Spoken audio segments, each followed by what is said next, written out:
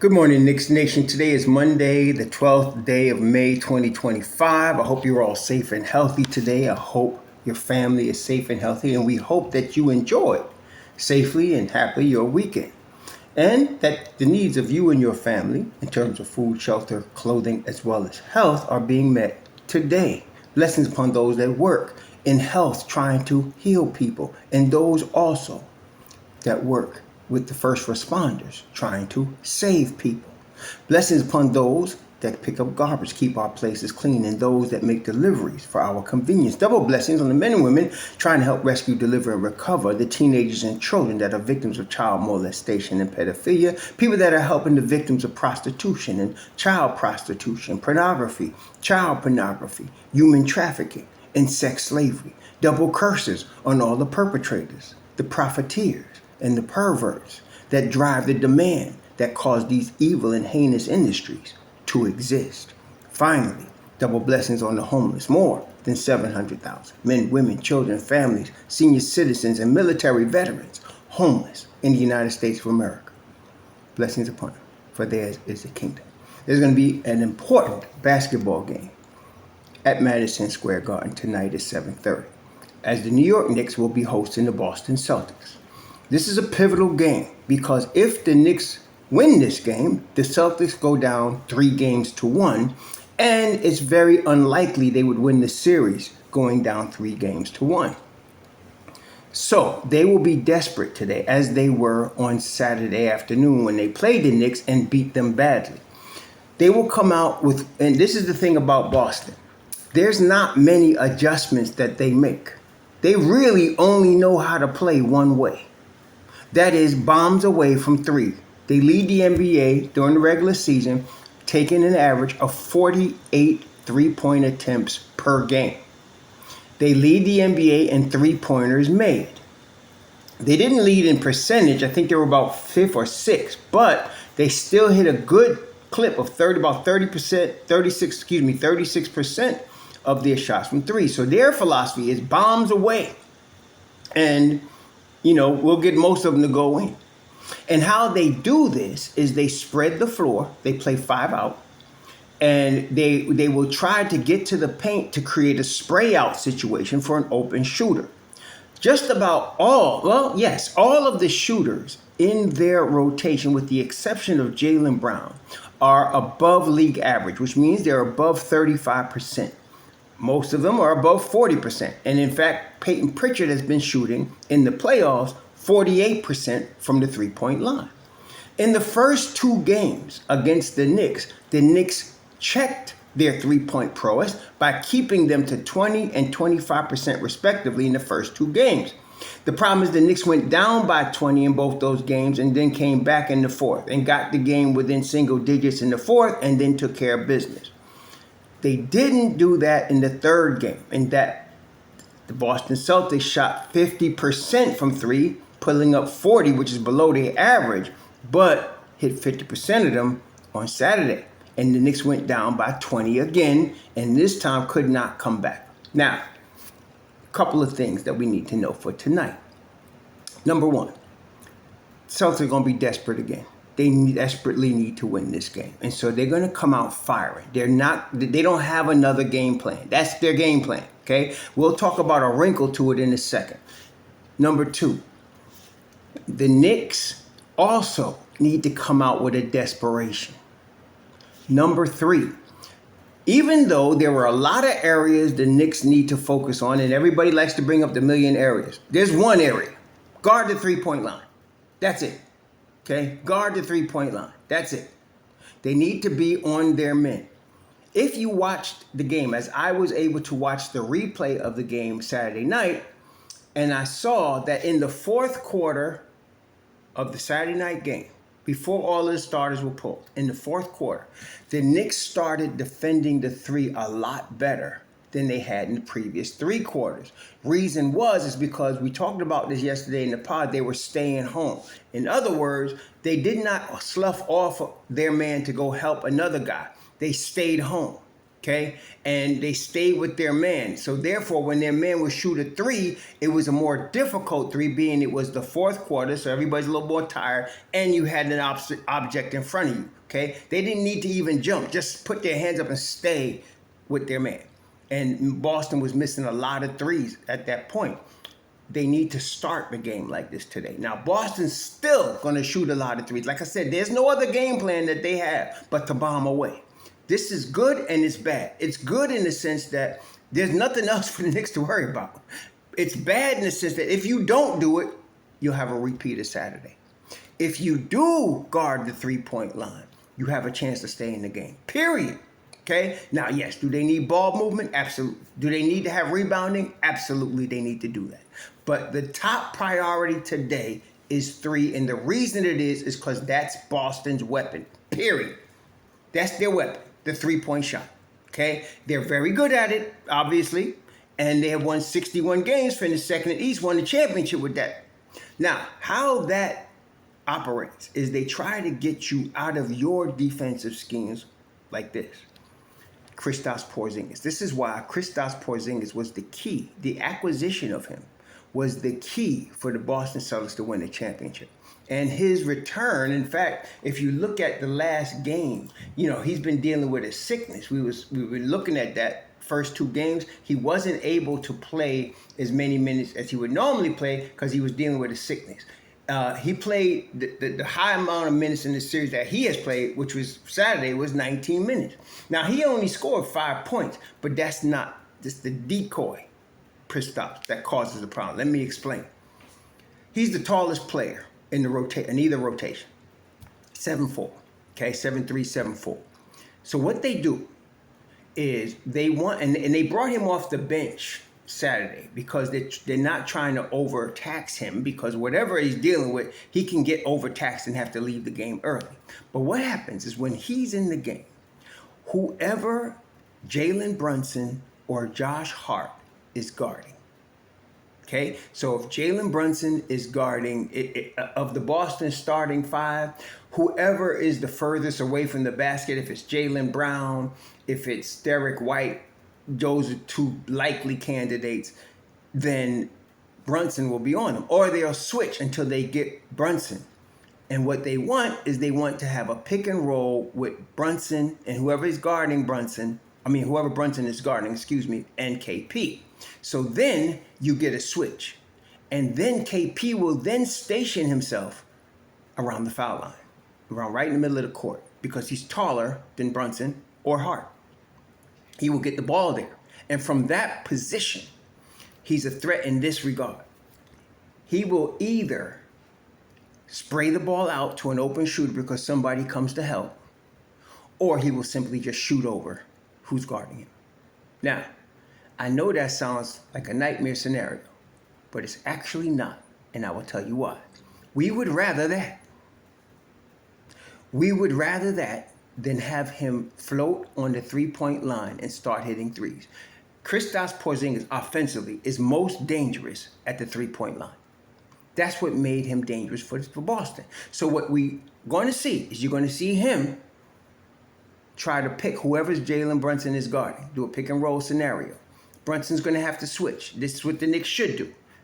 You got to stay with the shooter. So whoever has the ball, you got to stay with them. So if it's Jalen Brunson, if you have Cat guarding KP switches and Cat's got to guard, Brown or whoever it is, fine. And then you're going to have that person, that ball handler, try to get the ball to KP in the middle of the floor.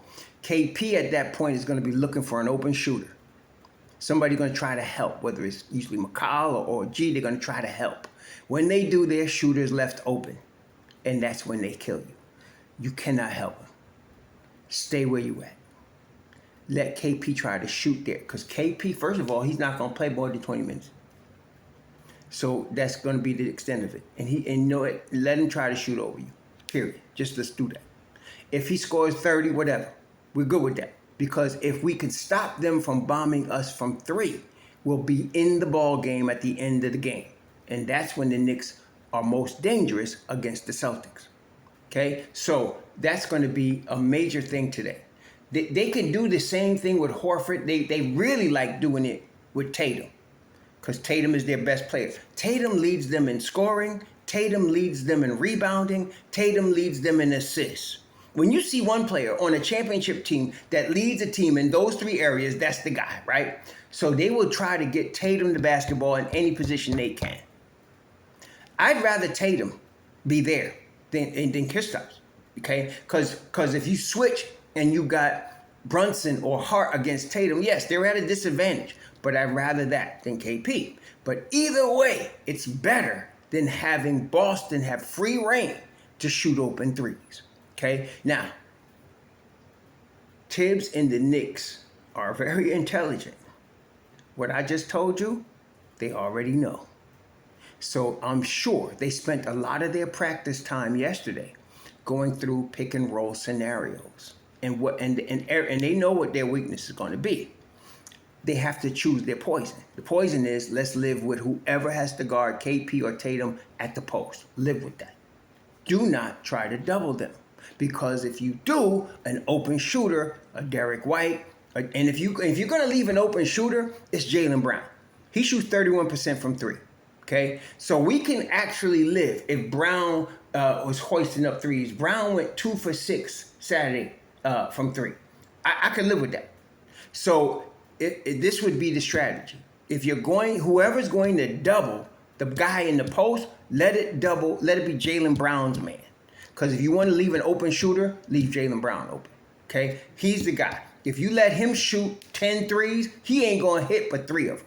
All right, so that's what you want to do, and then you roll from there. What you don't want is Kristaps Porzingis getting the rhythm from 3, Jaylen Brown Tatum getting the rhythm from 3, Derek White or Jrue Holiday getting the rhythm from 3. You don't want Pritchard coming in and getting the rhythm from 3. If you could shut that off, and Jaylen Brown's your 3-point shooter that you're dependent on, let's do that, because he's the worst shooter in their rotation. Okay, Jaylen Brown is more effective when he's going to the basket. He's more effective then when he's going to the basket. He's a very strong dude, very physical, going to the basket. We'll deal with that. We want to deal with that because the worst case scenario is to let the Celtics go off in their strength, which is the 3-point shot. So at all costs, the Knicks have to be actually in a desperation mode in guarding the 3-point line today. If they are, let me just say this. If the game's within 5 points coming into the fourth quarter, I like our chances. Especially if Jalen Brunson, particularly if Jalen Brunson's in the game. Okay? So that's the game plan here. Keep this mess close till you get to the fourth quarter. Hand that ball to JB and let him do his thing. That's what we got to do. And also, as you probably have noticed, if you haven't, let me just inform you, Mikal Bridges seems to come alive in the fourth quarters. He can run all day, but that ability to keep running, that John Havlicek type ability that he has, it comes through when everybody's tired the fourth quarter. So now you got Jalen Brunson, you got Mikal Bridges, 2 guys that are definitely closers, and we be in good shape. That's the key here. Now, can we get a big game from OG? That would be nice. Can we get a nice shooting game from Deuce? That'd be nice. Can Cat go off and grab boards like he's been? Cat's been averaging 13 boards a game in this series. That'd be nice. These are things that are nice to have. What we need to have. See, there are needs and there are wants.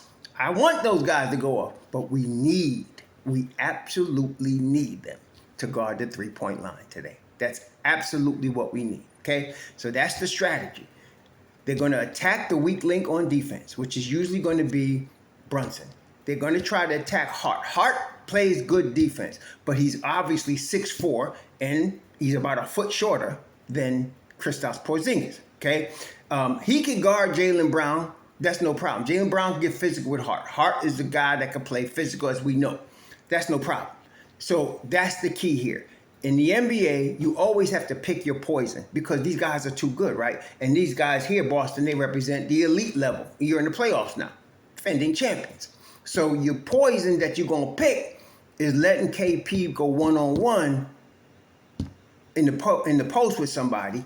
And then if you're going to leave a shooter open, it's Jaylen Brown. So you got a help possibility with whoever is guarding Jaylen Brown. Okay? That's it. That's what you do. That's the strategy. So you do not leave Derek White, Drew Holiday, Al Horford, Jason Tatum. You do not leave Peyton Pritchard. You don't leave any of those guys alone. None of those guys. If you're going to leave a three-point shooter open, it's Jaylen Brown. Okay? And the guy that's going to help, and the Knicks are good at this now, especially when they put their defensive team in there and they're focused on this. The guy that's guarding Jaylen Brown is going to help out on KP, right? Then he's got to sprint back because Brown is smart. He's going to cut. If Brown just stays out there, the three-point line, oh my God, we're in good shape. We're in good shape. I don't care if he starts off hitting it. I'll take that all game long, all night. He ain't a three-point shooter. All night long, let Jaylen Brown shoot the three. But when he starts to cut to the basket and tries to get close because he's physical, guys got to get back. Okay? So that's really the game plan tonight. It's not complicated. But see, once you get to this point in any NBA series, game 4, all of your options are pretty much used. You got to kind of know what you're going to do. Every team knows the other team. The Knicks have an ability to carry out what I just said. Celtics don't have any ability to do anything different than what they've been doing. And why would they? It's been pretty successful. But one thing if you don't know this yet, let me just inform you. The Knicks are ahead 2-1 in this series. What does that mean? At the very least, it means the Knicks are capable of competing against the Boston Celtics in the playoffs on an equal level. That's all it means. See, prior to the playoff, nobody gave the Knicks a chance. It was between sweep 5 games and 6 games. Okay, that's what it was. But now the Knicks have proven we could play with these boys. And we, who are Knicks fans, who have been following this all year, we knew once Mitchell Robinson came back and we was healthy, we could play with them. And we're showing we could play with them. So now they know that, and that works to our advantage. Because if we can guard that three-point line like they were guarding it in the first 2 games, especially in the second halves of those games, they can start out guarding it like that. I'm going to tell you right now, the Celtics are going to fall apart. They don't know what to do. If their biggest punch, and that's what I'm saying, if Tyson was to hit biggest punch and you don't blink, he don't know what he's going to do. Okay? It's like, let me give you another boxing scenario. There was a lightweight. His name was Alexis Arguello, one of my favorite boxers of all time. Very technically skilled, and for his weight class, a heavy hitter. And he was from Nicaragua. Alexis Arguello fought a guy named Aaron Pryor. Now, Alexis Arguello had the ability to set his man up for a 1-2 combination. That means a left followed by a devastating right. He knocked out many people with that. He would wait rounds, set that up just so he can get that opening to throw that 1-2, okay? And when he threw it, usually the dude was at least shook, if not knocked out, right? He fights Aaron Pryor. And he does the same thing. He got Aaron Pryor set up. He threw that 1-2 with everything he had that would have knocked down most guys. Aaron Pryor just didn't even blink. And then later in the fight, he did it again.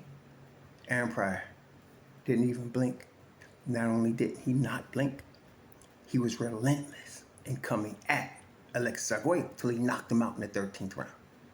It was so devastating, the demoralization in terms of him throwing that 1-2 and not moving Aaron Pryor, that they said, well, Aaron Pryor must have been on drugs because they had a black bottle he was drinking from. So he must have put some drugs in there because there's no way he could withstand that punch.